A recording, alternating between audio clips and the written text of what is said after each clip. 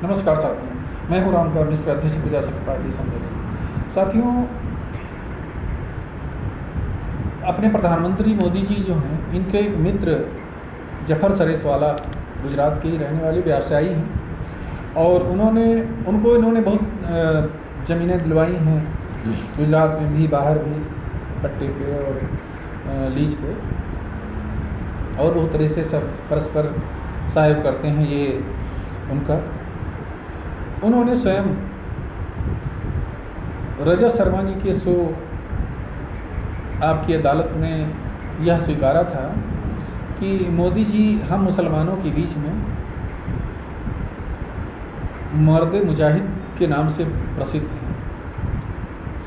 जब उस एंकर ने पूछा कि ऐसा क्यों, ऐसा कैसे आप कह सकते हैं, तो उन्होंने कहा आपको प्रमाण बताता हूँ। गुजरात में जो संघ और विश्व हिंदू परिषद के नेता लोग जाते थे तो सैकड़ों गाड़ियाँ इनका स्वागत करने के लिए एयरपोर्ट पे पहुँचती थी। हजारों लाखों लोगों की लाइनें लगती थी, इतना भीड़ होती थी, और मोदी जी ने इन सबको ठिकाने लगा दिया। आज ये जाते हैं तो 2 आदमी भी इनको रिसीव करने वाले नहीं मिलते हैं। उसकी इन सब बातों से सभी को ये लगा देश भर में कि वास्तव में क्या मोदी जी ऐसे मर्द मुजाहिद हैं। मुजाहिद का मतलब होता है जिहादी। तो जिहादी मोदी जी के बारे में ये जानकारी जुटाने लगे लोग, तो बहुत सारे लोग अनेक तरह से इसको पुष्ट किए। बहुत सारे लोग इस पर किताबें भी लिखे हैं कि यह सत्य है।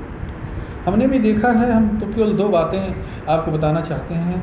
और जो बनारस में कॉरिडोर के नाम पे विध्वंस मचाया गया, वहाँ मंदिर सब तोड़ दिए गए और मूर्तियाँ सब नालों में फेंक दी गई,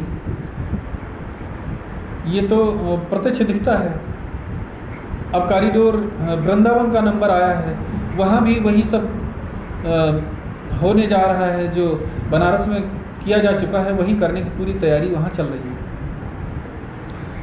तो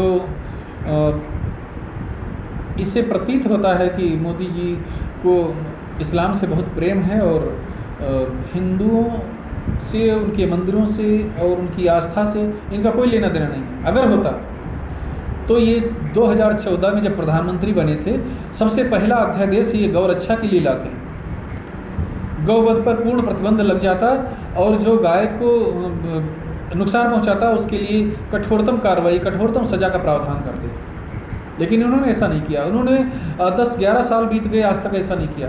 और उल्टे जो पहले कांग्रेस के समय में जो गौ भक्त, गौ रक्षक, गौ सेवक जो गाय बचा लेते थे कसाईयों से, उन कसाईयों से, गाय बचाने वालों से इनको इतना घृणा है कि ये सार्वजनिक मंच से उनको गरियाना शुरू कर दिए और उनको गुंडा मवाली कहा और कहा कि इनका डोजियर तैयार करो।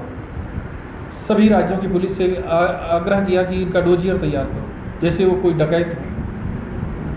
इन घटनाओं से, इन बातों से तो आम हिंदुस्तानी को भी लगने लगा कि अब मोदी जी वास्तव में मुजाहिद और जिहादी कार्यों में ही लगे हैं।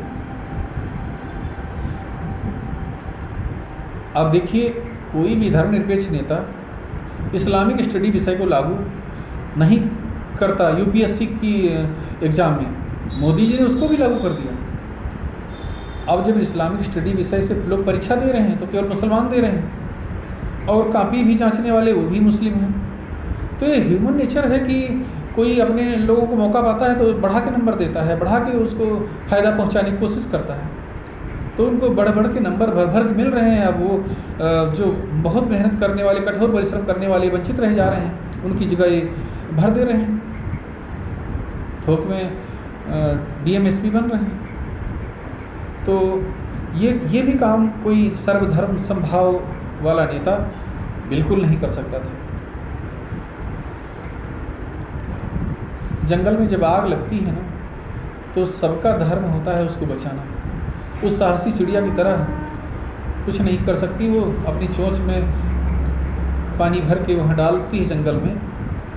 तमाशा देखने वालों और उसको उकसाने वालों से बताती है कि भाई, जब इतिहास लिखा जाएगा तो हमारा नाम बुझाने वालों में होगा। हम कितना पानी ला पा रहे हैं ये कोई मैटर नहीं करता। ठीक इसी तरह से जहाँ अन्याय और अधर्म चरम पर पहुँच गया हो, वहाँ प्रत्येक भारतवासी का ये धर्म या कर्तव्य बन जाता है कि वह अन्याय के खिलाफ आवाज़ उठाए, लोकतांत्रिक ढंग से प्रश्न पूछे।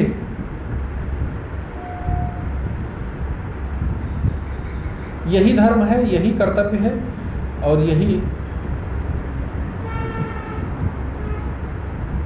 इस देश को बचाने के लिए सच्ची राष्ट्रभक्ति है। यदि आप आज चुप रहोगे तो कल निश्चित रूप से जो स्वार्थ में आज चुप हैं उनका कल वास्तव में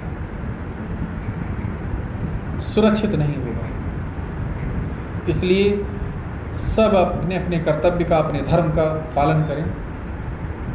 जय हिंद, जय भारत, राम राम।